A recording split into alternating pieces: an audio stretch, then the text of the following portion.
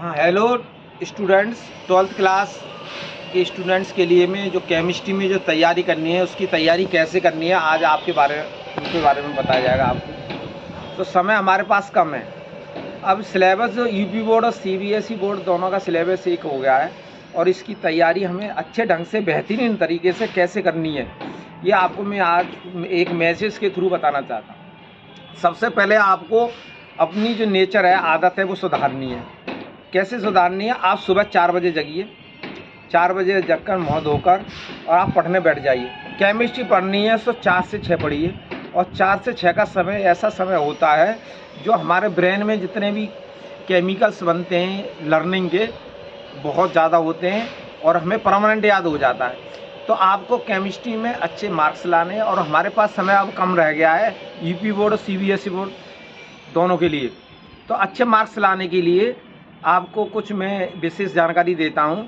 आपको बिल्कुल होपलेस नहीं होना है कि अब समय कम रह गया है और हम कैसे तैयारी करेंगे। इसकी जानकारी मैं आपको बहुत जल्दी देने वाला हूँ और आपको तैयारी कैसे करनी है इसके बारे में आपको बता देता हूँ। तो जो सीबीएसई बोर्ड है, सीबीएसई बोर्ड में तो उन्होंने चैप्टर जैसे फिजिकल केमिस्ट्री है तो फिजिकल केमिस्ट्री पहला चैप्टर सॉलिड स्टेट है, दूसरा सॉल्यूशन है, थर्ड चैप्टर इलेक्ट्रोकेमिस्ट्री है, फोर्थ केमिकल काइनेटिक्स है और फिफ्थ चैप्टर जो है वो सरफेस केमिस्ट्री है। तो सीबीएसई बोर्ड में सॉलिड स्टेट को कम्प्लीटली हटा दिया गया है और इधर सरफेस केमिस्ट्री को पूरी तरह हटा दिया गया है। अब सीबीएसई बोर्ड में इलेक्ट्रोकेमिस्ट्री, केमिकल काइनेटिक्स और सॉल्यूशन 3 चैप्टर ऐसे हैं जो जिसमें न्यूमेरिकल्स आते हैं। इसको आपको विशेष ध्यान रखना है। तो फिजिकल केमिस्ट्री में जैसे कोई रिलेशन नहीं होता है, जैसे इलेक्ट्रोकेमिस्ट्री आपको तैयार करना है उसका केमिकल रिएक्शन से कोई, काइनेटिक्स से कोई रिलेशन नहीं है, इधर आप तैयार कर लेते हैं। तो इस तरह आप फिजिकल पर पहले फिजिकल केमिस्ट्री पर पूरा कंसंट्रेशन कर दें कि फिजिकल केमिस्ट्री में इलेक्ट्रोकेमिस्ट्री तैयार है आपको और सॉलिड स्टेट नहीं है तो कोई परेशानी नहीं आएगी आपको। तो न्यूमेरिकल है, उसको न्यूमेरिकल पोर्शन को 12th में खाली 3 चैप्टर्स हैं ओनली, सॉल्यूशन, इलेक्ट्रोकेमिस्ट्री और केमिकल काइनेटिक्स, तीनों के न्यूमेरिकल कंप्लीट करेंगे तो सॉलिड मार्क्स आपको दिलाएंगे। और इसमें फिर इनऑर्गेनिक केमिस्ट्री आ जाती है। इनऑर्गेनिक केमिस्ट्री में जो मेटलर्जी है यूनिट 6 है वो हटा दी गई कम्प्लीटली सीबीएसई बोर्ड से और डी ब्लॉक को भी हटा दिया, वो पी ब्लॉक वो हटा दिया गया है। अब सीबीएसई बोर्ड में D and F block elements हैं और कोऑर्डिनेशन कंपाउंड। तो कोऑर्डिनेशन कंपाउंड में आपको सबसे ज़्यादा कंप्लीट करना है वह है nomenclature of IUPAC system, nomenclature of coordination compounds.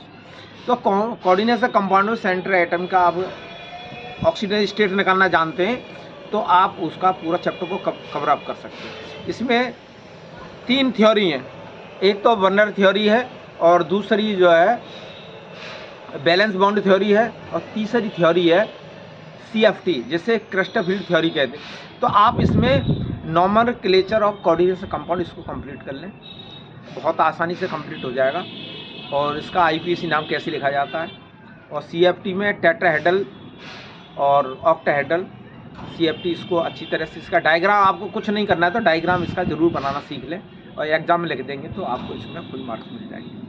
और ऐसी डी ब्लॉक है जैसे मेंडली पीरियोडिक टेबल है उसमें एस ब्लॉक है, एस ब्लॉक और कुछ पी ब्लॉक को तो 11th में पढ़ा दिया जाता है। ये 12th में पी ब्लॉक में नाइट्रोजन फैमिली, ऑक्सीजन फैमिली ये रखी गई हैं। ऑक्सीजन फैमिली है, हेलोजन है, तो आप इसको कंप्लीट कर लीजिए और एफ ब्लॉक एलिमेंट्स को कर लीजिए। इसमें आपको सभी atomic numbers, electron, Aufbau rule 11th में पढ़ाया जाता है, ऑफ वाई रूल, उसका ऑफ वाई रूल आपको ज़रूर आना चाहिए। क्योंकि ऑफ वाई रूल नहीं आएगा तो आप जो है कोऑर्डिनेशन कंपाउंड भी आपको नहीं आएगा जिसमें बैलेंस बैंड थ्योरी आती है तो उसमें बहुत ज़रूरी होता है। इस तरह से आप देख रहे हैं, यहाँ देखिए ये सॉलिड स्टेट है और सॉलिड स्टेट को यहाँ से हटा दिया गया है सीबीएसई बोर्ड से, ये हटा दिया गया है। तो हम देखते हैं हमारे पास सॉल्यूशन, इलेक्ट्रोकेमिस्ट्री और केमिकल काइनेटिक्स, फिजिकल केमिस्ट्री में ये 3 चैप्टर हैं, इस पर विशेष ध्यान रखना है। अब इसमें यूपी बोर्ड और सीबीएसई बोर्ड इसमें से ये भी हटा दिए गए हैं तो इसको भी आपको तैयार नहीं करना है। और ये यूपी बोर्ड में पी ब्लॉक को रखा है, डी ब्लॉक को रखा है और कोऑर्डिनेशन कंपाउंड रखा है, लेकिन जो सीबीएसई बोर्ड है इसको भी हटा दिया है। तो हम देखते हैं जो सीबीएसई बोर्ड के स्टूडेंट्स हैं उनके लिए इनऑर्गेनिक के ओनली 2 चैप्टर्स हैं, D and F block elements और कोऑर्डिनेशन कंपाउंड। इनको आप अच्छी तरह से कर लीजिए, अच्छे मार्क्स आएंगे। अब इसके बाद देखिए यूनिट 10 में देखिए ये तुम्हारा हो जाता है फिजिकल केमिस्ट्री हो जाता है, और ये तुम्हारा इनऑर्गेनिक केमिस्ट्री पे कमांड हो जाता पूरा।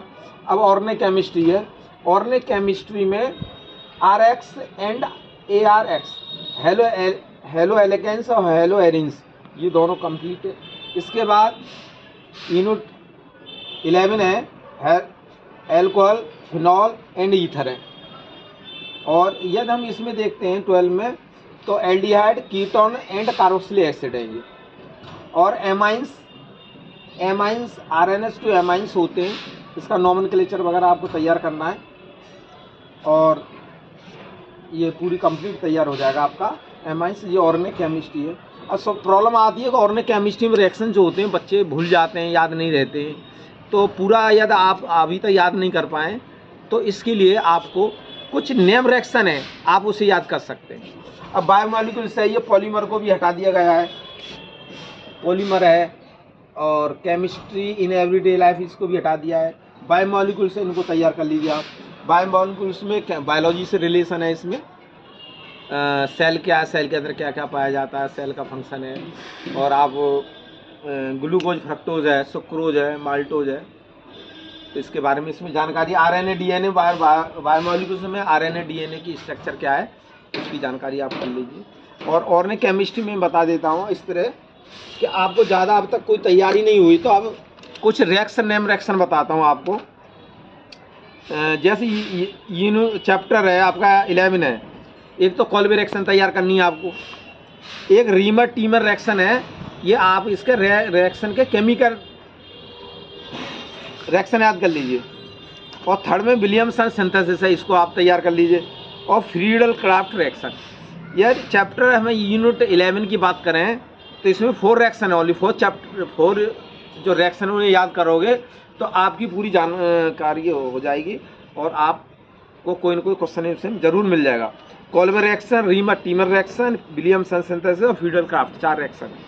इसके बाद ये यूनिट 10 की बात करते हैं तो इसमें भी 6 रिएक्शन है, तो इसमें 4 रिएक्शन याद हो जाएंगे आपको, तो इसमें से कोई मिल जाएगा। और इसमें से नहीं तो एक देखिए फिंकल स्टील रिएक्शन है, फिंकल स्टील रिएक्शन, एक वुड्स रिएक्शन आती है, एक है फिटिंग रिएक्शन। और इसके बाद SN1 और SN2 रिएक्शन बहुत ज़्यादा पूछी जाती है, इस पर आप कंसंट्रेशन कर लीजिए। SN1 और SN2 रिएक्शन क्या होती है। एक शॉर्ट रिएक्शन है, एक वुड्स फिटिंग रिएक्शन है। इसमें देखें तो यूनिट 10 में 6 रिएक्शन है और यूनिट 11 में देखें तो 4 रिएक्शन है। ठीक 10 रिएक्शन आप याद कर लेंगे तो आपको इसमें से नेम रिएक्शन मिल जाएंगे और आपको कन्वर्जन भी कर सकते हैं आप इससे, और आपकी बहुत ज़्यादा इससे फ़ायदा होने वाला। यदि हम इसमें देखते हैं तो 2 चैप्टर आपके कवर हो जाएंगे आपके 10 रिएक्शन में। अब चैप्टर यूनिट की बात करें, एल्डिहाइड, कीटोन, कार्बोक्सिलिक एसिड है, रोजनमुंड रिडक्शन है, स्टीफन रिडक्शन है, Gattermann Koch reaction, Etard reaction. इसमें रोजनमुंड बहुत ज़्यादा पूछा जाता है और ये क्लेमेंसन रिडक्शन ये पूछा जाता है। टोलन टेस्ट क्या होता है, सबसे ज़्यादा मोस्ट इम्पोर्टेंट है इसमें। ये यूनिट 12 में देखें कैनिजार रिएक्शन, ये एग्जाम में बहुत पूछी जाती है। CBSE बोर्ड यूपी बोर्ड का सिलेबस सेम हो गया, अब तो NCERT बुक्स है, वैसे थोड़ा हिंदी इंग्लिश का फ़र्क है ना। CBSE बोर्ड और यूपी बोर्ड का सिलेबस सेम हो गया है, कोई ज़्यादा फर्क नहीं है। तो कैनिजारो रिएक्शन और क्लेमेंसन रिडक्शन ये बहुत ज़्यादा पूछी जाती है, इन पर आप बिल्कुल फोकस करिए, आपको घबराने की कोई ज़रूरत नहीं है। और इसके बाद वॉल्व किस्नर रिडक्शन आता है, एल्डोल कंडेंसेशन पूछा गया है। और इसके बाद हेल वॉलहार्ड जेलेस्की रिएक्शन, इसका HVZ के नाम से रिएक्शन है, ये पूछा जाता है, हेल वॉलहार्ड जेलेस्की रिएक्शन। तो मैं आपसे कह रहा हूँ कि ये केमिकल जो रिएक्शन है, नेम रिएक्शन कहते हैं इनको, आपको इसमें बहुत ज़्यादा फोकस करना है।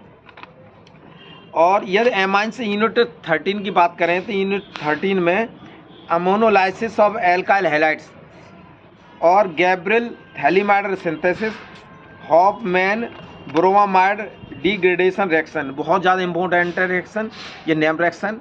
इसमें केमिकल रिएक्शन आते हैं, कन्वर्जन वगैरह पूछे जाते हैं। तो ये बहुत मोस्ट इम्पोर्टेंट है, हॉफमैन ब्रोमोमाइड डिग्रेडेशन रिएक्शन। कई बार एग्जाम में CBSE बोर्ड में आप तैयार कर लें। एक कार्बाइल एमाइन रिएक्शन है, इसको भी आप फोकस करें। तो मेन रिएक्शन है, इन पर रिएक्शन को फोकस कर लीजिए। एक हिंसबर्ग रिएजेंट है, हिंसबर्ग रिएजेंट बहुत वेरी मोस्ट इम्पोर्टेंट है। EP और CBSE बोर्ड दोनों के लिए बहुत मोस्ट इम्पोर्टेंट है, आप इसको ज़रूर रिवाइज करें हिंसबर्ग रिएजेंट को। इसमें डिफ्रेंशिएट करते हैं एमान, प्राइमरी एमान, सेकेंडरी एमान, टर्शियरी एमान को कैसे वो करेंगे, डेफिशिएंट और डिफरेंस वगैरह निकालते हैं। और इसके बाद गेटरमैन रिएक्शन है, गेटरमैन रिएक्शन को आप तैयार करिए। गेटरमैन रिएक्शन बहुत मोस्ट इम्पोर्टेंट है, कई बार एग्जाम में पूछी गई है। और सैंडमेयर रिएक्शन, और एक कपलिंग रिएक्शन है, कपलिंग रिएक्शन है एल्डिहाइड कीटोन में, इसको आप जरूर कंप्लीट करें। कपलिंग रिएक्शन कई बार पूछी गई है। तो ओवरऑल देखिए तो आपके 30 रिएक्शंस हैं, आप एक बार इस पर नज़र देखेंगे पेपर, 30 रिएक्शंस हैं, चैप्टर वाइज हैं, और आप इनको अच्छी तरह से एक बार रिवाइज कर लेंगे तो आप 100% सक्सेस होंगे। 70% से ऊपर मार्क्स आएंगे। जो बच्चे अब तक ज़्यादा तैयार नहीं कर पाए हैं और वो होपलेस हैं, डिप्रेशन में जा रहे हैं, तो बिल्कुल डिप्रेशन में जाने की ज़रूरत नहीं है। आप इस तरह से फिजिकल, इनऑर्गेनिक और ऑर्गेनिक की कैसी तैयारी करनी है, इस पर आप फोकस कर लीजिए। फिर एक बार मैं आपको याद दिलाता हूँ कि फिजिकल में न्यूमेरिकल पोर्शन है, जैसे सॉल्यूशन है, उसमें फार्मूले याद कर लीजिए, और उसमें न्यूमेरिकल है, वो कंप्लीट कर लीजिए। 2-4 बोर्ड में आए हुए हैं। और इसके बाद इलेक्ट्रोकेमिस्ट्री में सेल है, उसकी न्यूमेरिकल बहुत आसान है, वेरी सिंपल है, उनको कंप्लीट कर लीजिए। और याद आपको कोई प्रॉब्लम आती है तो आप मेरे चैनल को देखकर आप समझ सकते हैं कि उनके न्यूमेरिकल कैसे निकाले जा सकते हैं। और इसके बाद केमिकल काइनेटिक्स में 0 ऑर्डर रिएक्शन है, first order, second order, third order reaction है, उन रिएक्शन यूनिट कैसे पता लगाते हैं, कैसे, ये सारी चीज़ें आप मेरे नोट्स में जो मैंने दे रखे हैं उसमें नोट्स के आप जरूर देखेंगे।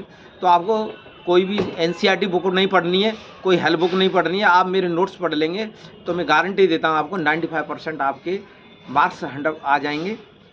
मैं 100% की गारंटी नहीं दे रहा हूँ, लेकिन 95% की आपको गारंटी है कि आपकी 95% आएंगे। और अभी होपलेस नहीं होना है। इस तरह आप अपनी तैयारी करिए कम्प्लीटली। और कोई प्रॉब्लम आती है तो आप मुझसे मेरे कमेंट बॉक्स में आप उसकी जानकारी दीजिए। और मैं आपको ये संदेश देना चाहता हूँ कि आप 4 बजे जगिए, 4 से 6 बजे तक पढ़िए, और मैं आपको गारंटी देता हूँ कि आपके 95% मार्क्स आएंगे। बाकी मेरे नोट्स को पढ़ते रहिए। बिल्कुल वर्क इज वर्शिप, हमारा जो काम है वही पूजा है। अब 4 से 6 पढ़िए, और मेरा आपके लिए यही संदेश है। और ठीक है, बाकी नेक्स्ट वीडियो में आपसे मुलाकात करते हैं।